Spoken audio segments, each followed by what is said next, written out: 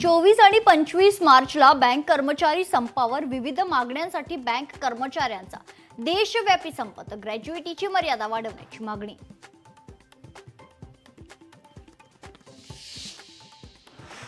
जुन्या निकामी buses Pune ST महामंडळ भंगारात विकणार. स्वारगेट बस स्थानकातील अत्याचार प्रकरणानंतर जाग तर 72 शिवशाही आणि शिवनेरी बस मोडीत काढण्याचा निर्णय.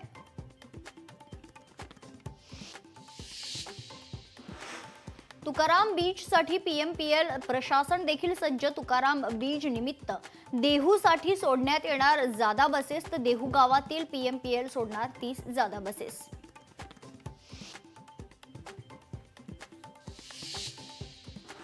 पुण्यातील जलवाहिन्यांची तपासणी रोबोद्वारे होणार. महापालिकेच्या पाणीपुरवठा विभागाकडून प्रयोग सुरू. जुन्या जलवाहिन्यांची तपासणी रोबोच्या माध्यमातून होणार.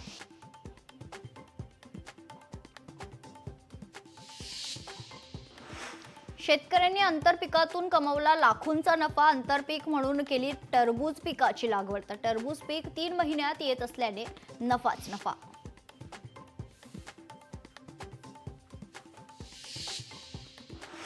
पनवेलमध्ये अल्पवयीन मुलीवर अत्याचार. शाळेची बस चालवणाऱ्या ड्रायव्हरकडून अत्याचार, तर पनवेल पोलीस ठाण्यात आरोपी विरोधात गुन्हा दाखल.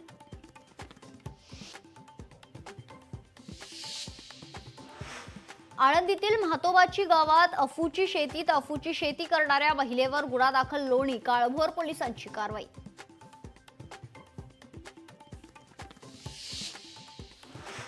विदर्भात उष्णतेची तीव्र लाट. राज्यात अनेक ठिकाणी पारा 40शी पार गेलाय, तर ब्रह्मपुरीत तापमान उच्चांकी 42 अंशांवर.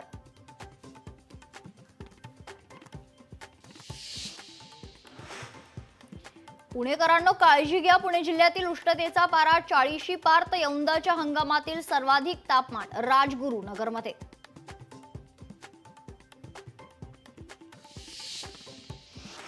अंतराळवीर सुनीता विल्यम्स अवकाशातून परतणार. स्पेसएक्स कडून क्रू 10 मिशन लॉन्च, तर सुनीता विल्यम्स आणि विल्मोर बुच पृथ्वीवर परतणार आहे.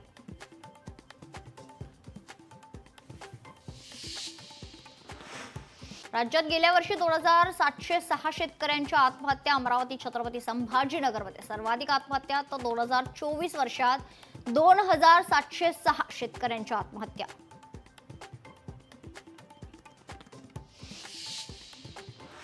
होळीच्या दिवशी मुंबईकरांचा श्वास कोंडलाय. ऐन धुळवडीच्या दिवशी हवेची गुणवत्ता अत्यंत खराब, तर अंधेरी आणि देवनारची हवा अत्यंत वाईट.